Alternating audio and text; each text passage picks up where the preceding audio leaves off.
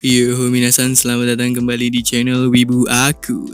Di video kali ini Mimin akan membahas alur cerita anime Tokyo Ghoul. Kan udah pernah? Ya emang udah pernah, tapi kali ini kita akan mengambil alur ceritanya dari manganya langsung. Sehingga mungkin akan ada beberapa perbedaan yang bakal kita temui.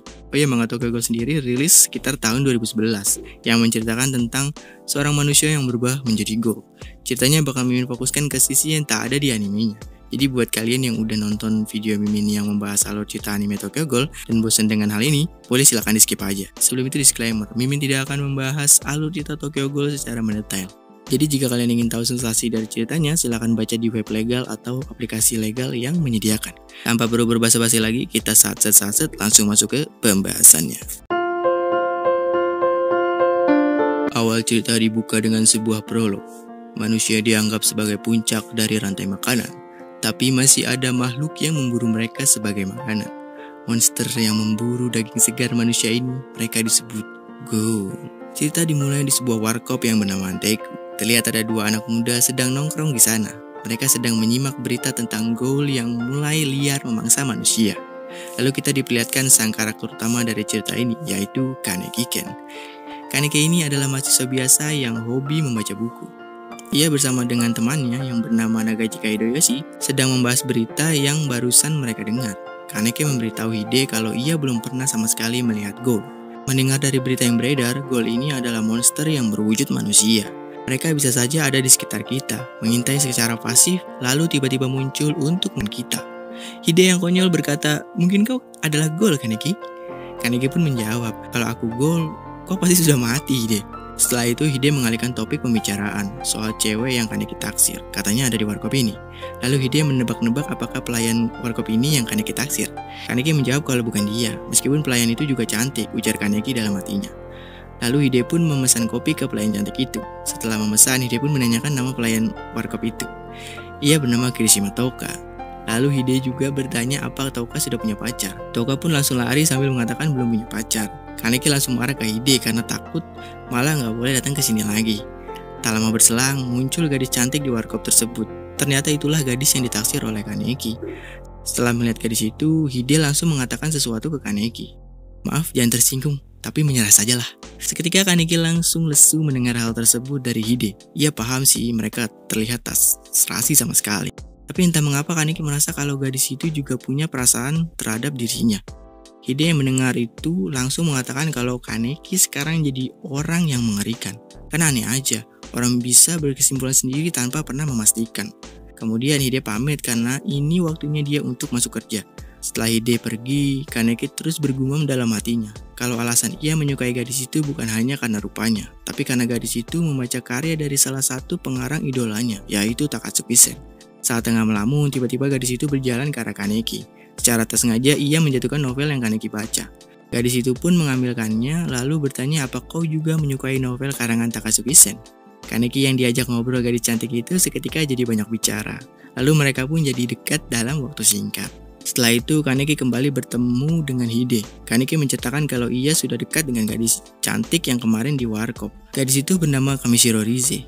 Kaneki berencana akan kencan dengan Rize ke toko buku untuk saling merekomendasikan novel. Hide yang mendengar itu senang, tapi ia tak paham dengan kencan di toko buku. Kencan macam apa itu? Kencan mah di bioskop, taman, atau Hari kencan Kaneki dan Rize pun tiba.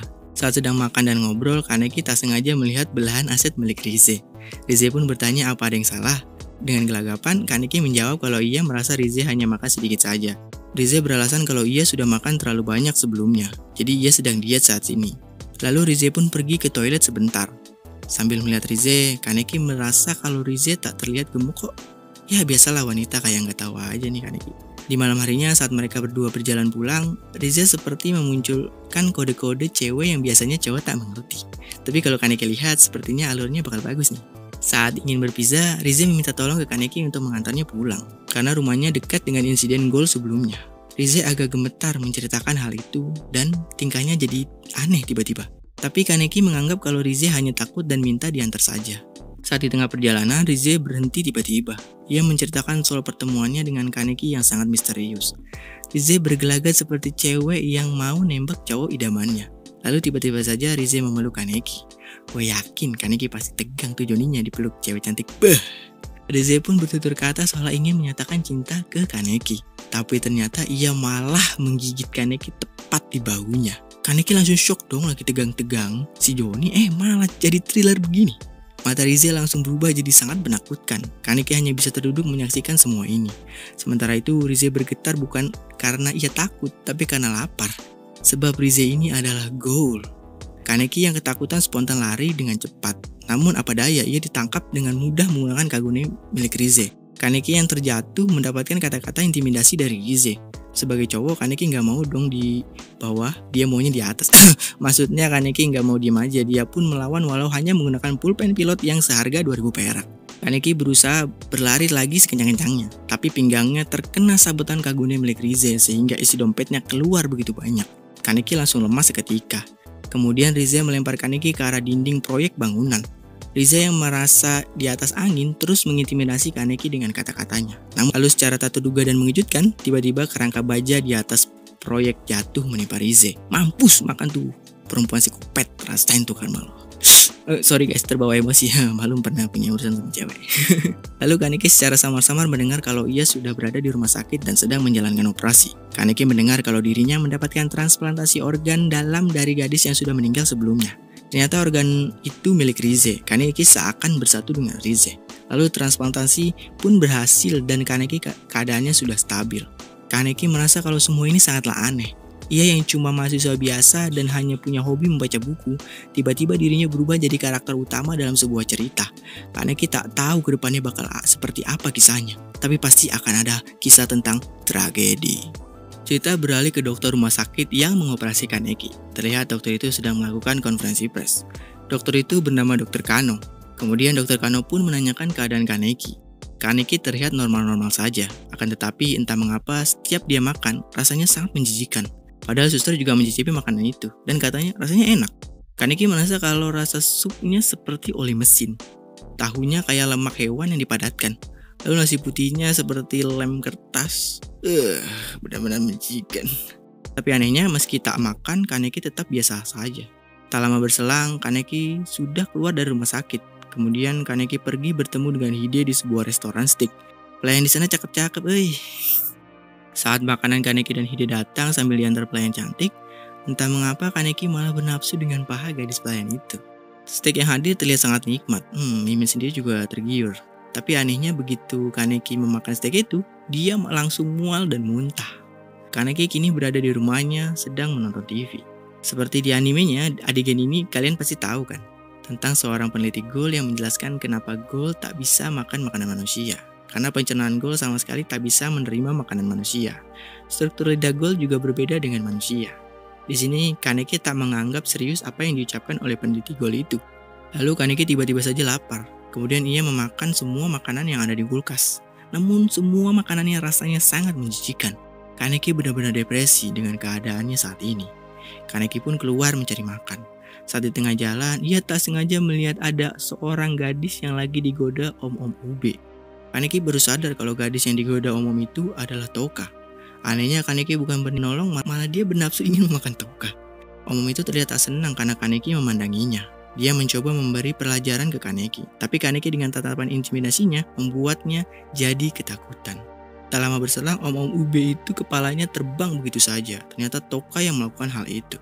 Kaneki terkejut karena Toka adalah Ghoul. Kemudian Toka pun menawari Kaneki untuk makan.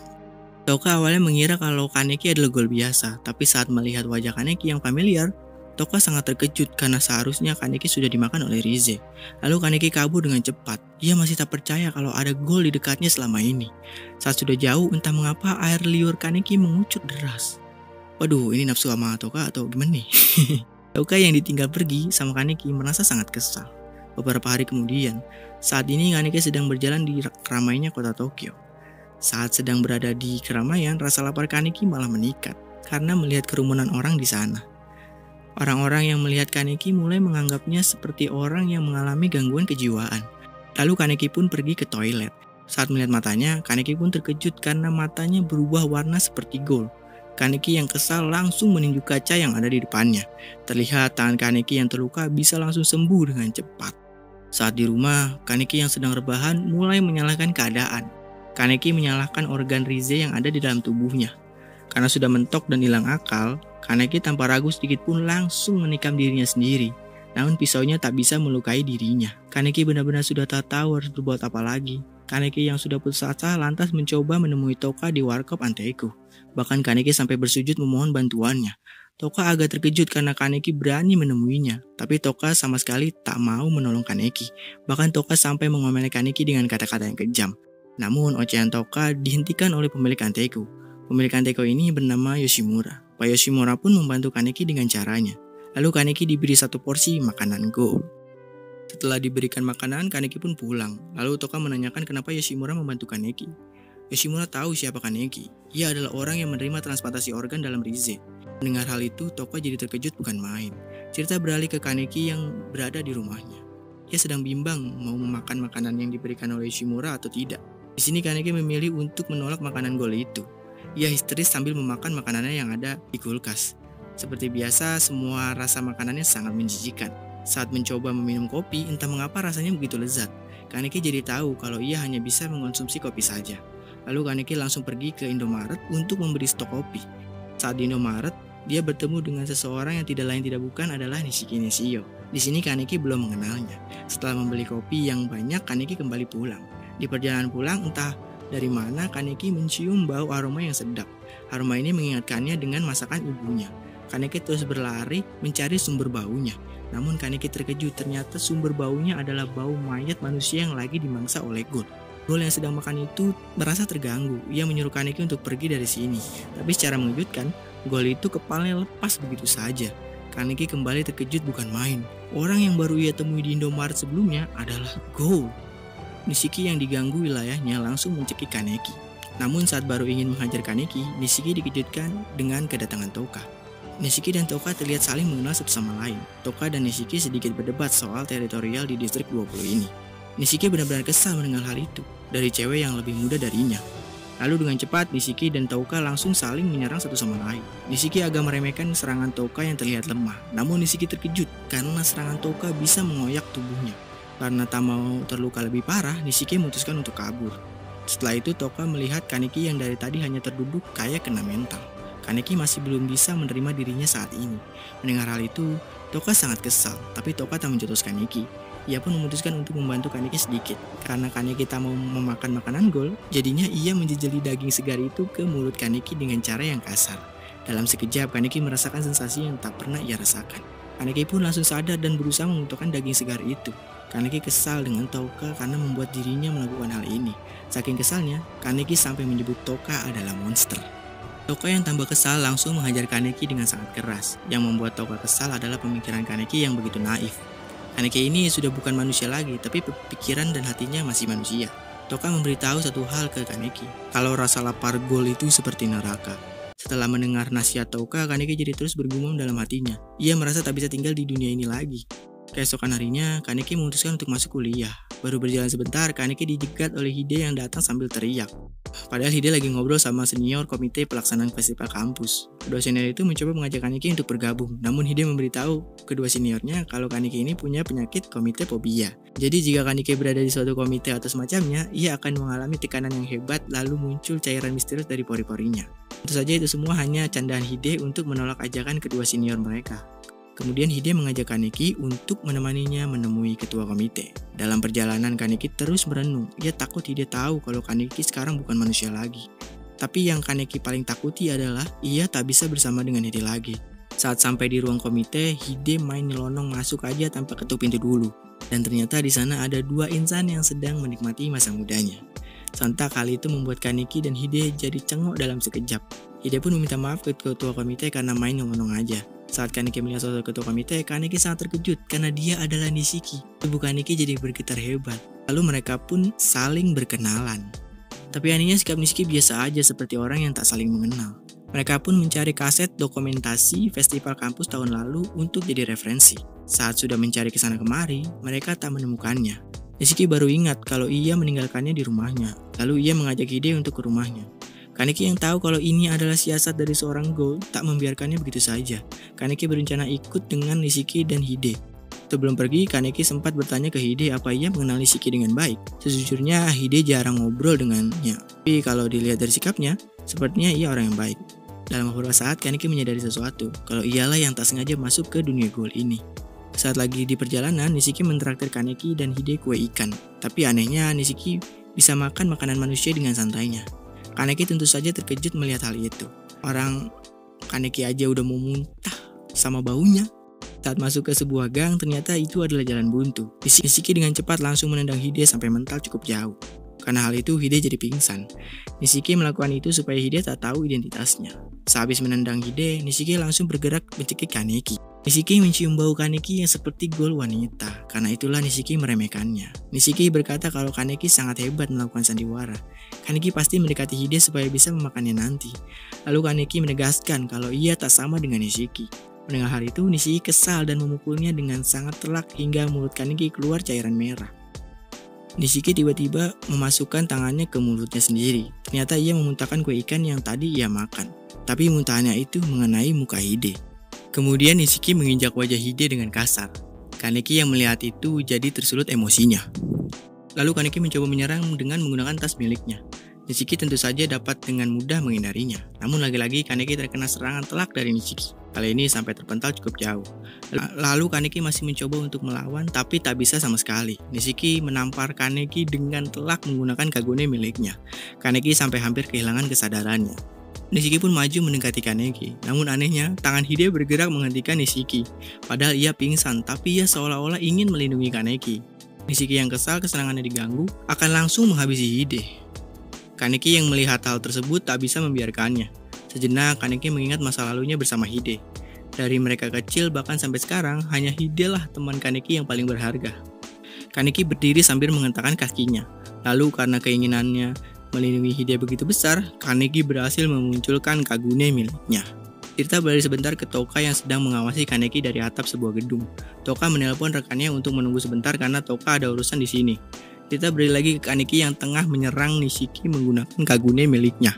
Meski bisa menghindar dari serangan Kaneki, Nishiki terkejut karena Kaneki bisa bergerak dengan sangat cepat dan langsung membuat Nishiki jadi donat dalam sekejap. Nishiki begitu kesakitan karena Kaneki terus menusuknya tanpa henti. Lalu Kaneki melempar Nishiki hingga terpental cukup jauh. Sebelum pingsan, Nishiki menyadari kalau kagune milik Kaneki itu adalah milik Rize.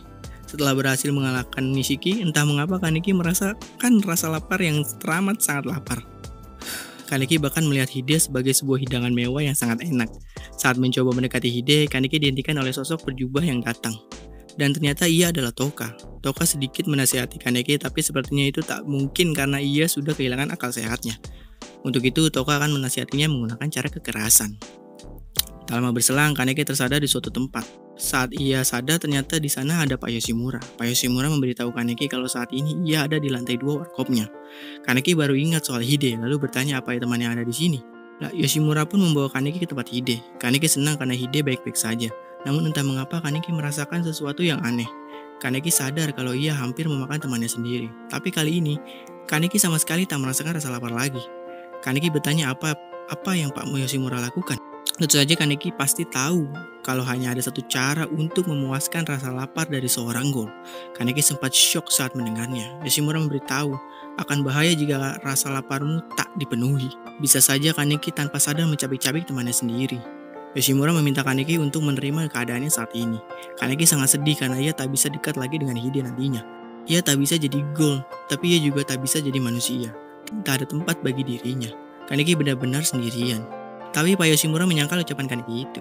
Yoshimura berkata, kau adalah Gold, tapi di saat yang bersamaan kau juga manusia. Kau adalah seseorang yang memiliki dua dunia yang bisa kau tinggali. Lalu Pak Yoshimura mengajak Kaneki untuk bekerja di Anteku, supaya ia paham seperti apa Gold itu. Dan Pak Yoshimura akan mengajari Kaneki cara menyeduh kopi yang nikmat. Yo, mungkin segini aja dulu alur cerita anime Tokyo Ghoul. Jangan lupa untuk subscribe. Jika kalian suka silahkan klik tombol like-nya. Dan kalau video ini dirasa cukup menghibur, tolong dibantu untuk di-share ke teman-teman kalian. Sampai jumpa di alur cerita anime selanjutnya. Salam Wibu Aku.